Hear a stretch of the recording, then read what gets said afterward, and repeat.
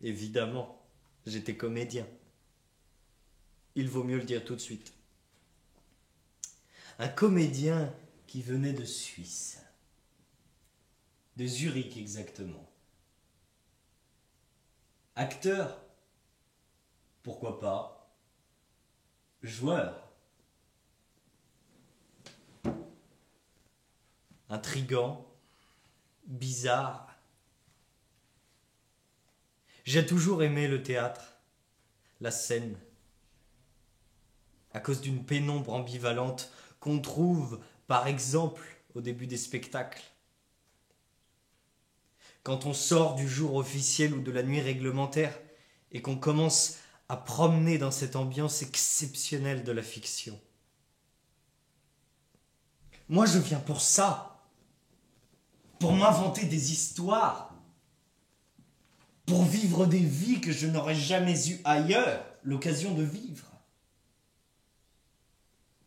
On dit ça. On pourrait dire aussi bien que, justement, je viens sur scène pour vivre une nouvelle fois ce que j'ai déjà vécu dans la vie réelle. Mais là, c'est vu sous un éclairage révélateur.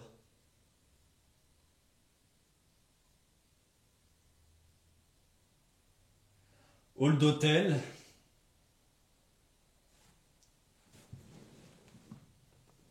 Pas si inattendu que ça, finalement, puisque je suis en tournée. 2 passages. Ça me rendait irresponsable, finalement. Je passais, je ne revenais pas. J'avais dégoûté tout le monde. Le théâtre est un faiseur de merde. Ça, on le sait, on ne le dit pas toujours. Mais qu'est-ce qu'on a pu s'ennuyer au théâtre? On aime un théâtre idéal qu'on ne rencontre que très rarement. Je plaisantais, comme souvent. Je me sens là, des fois, pour détruire absolument ce goût du sérieux qu'ont les gens, mes contemporains. Finalement, j'ai toujours satisfait ma clientèle. Je n'aime pas qu'on me quitte déçu, en se sentant trahi ou abandonné. Je suis là pour donner du bonheur, même si mes histoires sont tristes. Et elles le furent absolument. Parce qu'en moi, dans le fond de mon être, il y a le drame noir, tout un ciel funeste.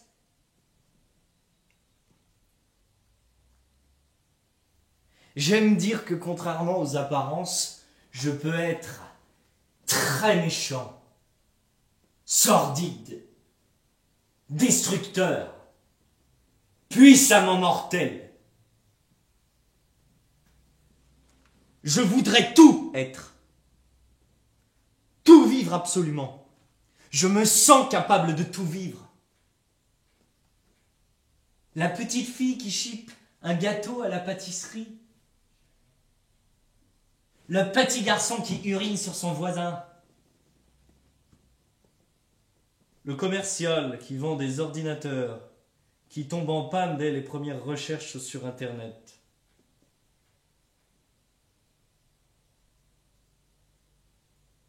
Là, apparemment, je suis tranquille.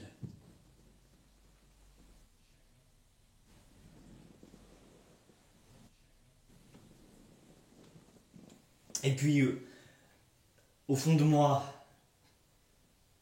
ça bougeait intimement. Je finissais par penser que je devais changer de lieu, me transporter dans ma chambre déjà pour me branler, ou pour prendre d'abord cette fameuse douche, puisque j'attends quelqu'un. C'est l'avantage d'une tournée en France, en Belgique, en Suisse, au Luxembourg. Je persiste à parler français, ce que j'adore. Et je vois beaucoup de monde, des garçons de toute espèce, sur toute la côte atlantique ou sur la côte méditerranéenne. J'adore ça. Je me suis fait là-bas des rencontres inoubliables. De belles rencontres. Sexuelles et sentimentales, comme je les aime. Légèrement obsédé par la qualité d'une relation, je fais tout pour en tirer le maximum. Et ce soir, là, une qualité de silence, un rendez-vous extraordinaire. Je me prends à imaginer que dans la salle, il y a un garçon spécial. Un ou deux garçons spéciaux.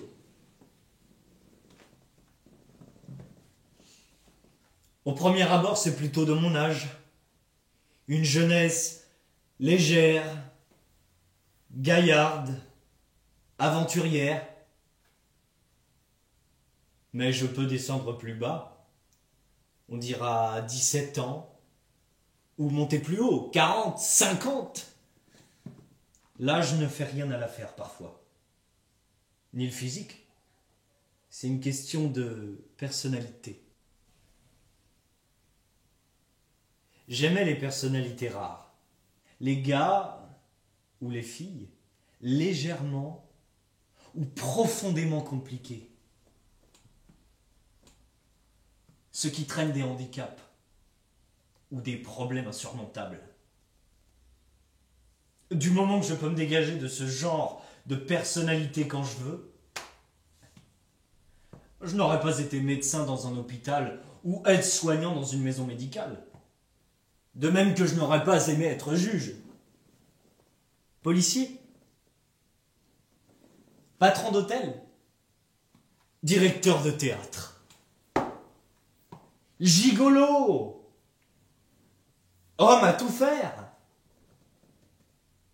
Dans mes moments de désœuvrement intime, dans mes moments de grossièreté envahissante, je me vois bien gigolo. Pute.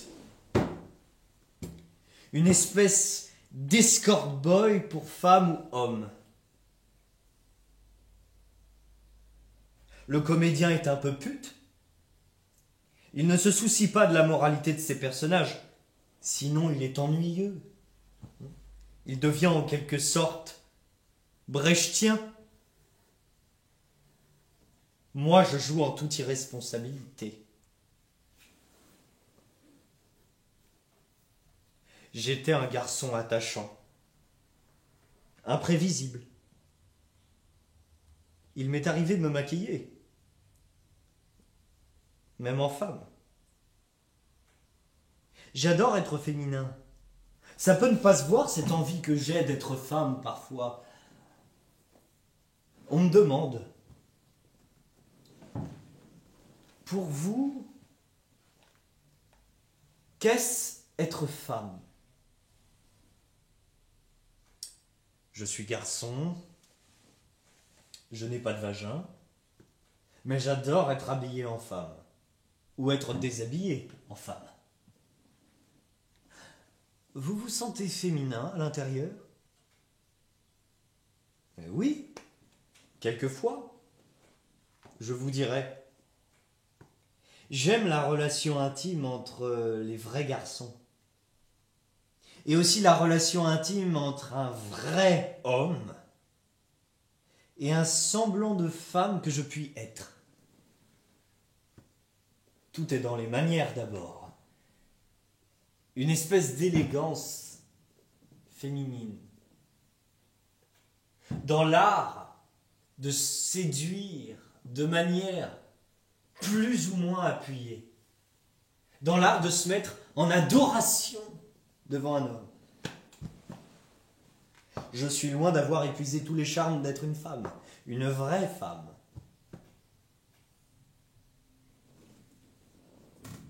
Si je regrette de ne pas pouvoir vivre réellement la maternité, vous m'embarrassez. si je regrette de ne pas pouvoir vivre réellement la paternité,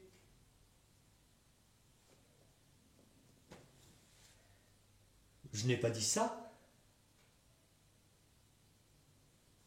Peut-être un jour, un enfant avec moi, mon gosse. Dans mon appartement à Zurich, je possède 3 chambres.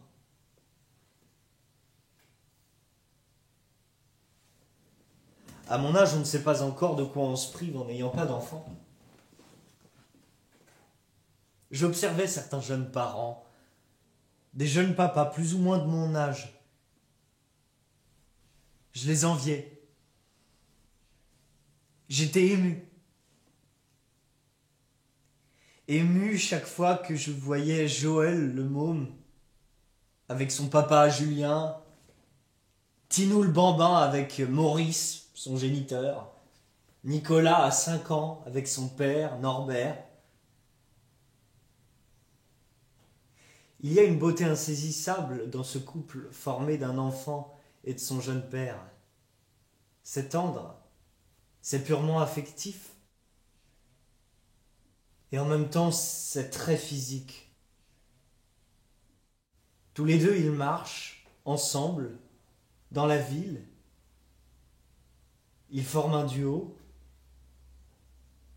Je me mets à la place du jeune père. J'aimerais éprouver ce qu'il éprouve. Une tendresse infinie. Ce goût aussi pour exercer une protection rapprochée auprès de son jeune fils.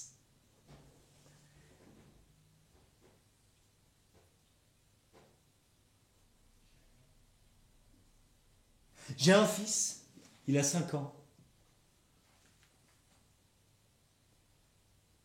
C'est une phrase que je ne peux pas prononcer sans un certain sentiment de désespoir. Je n'ai jamais eu ce fils de 5 ans. Je ne l'aurai peut-être jamais.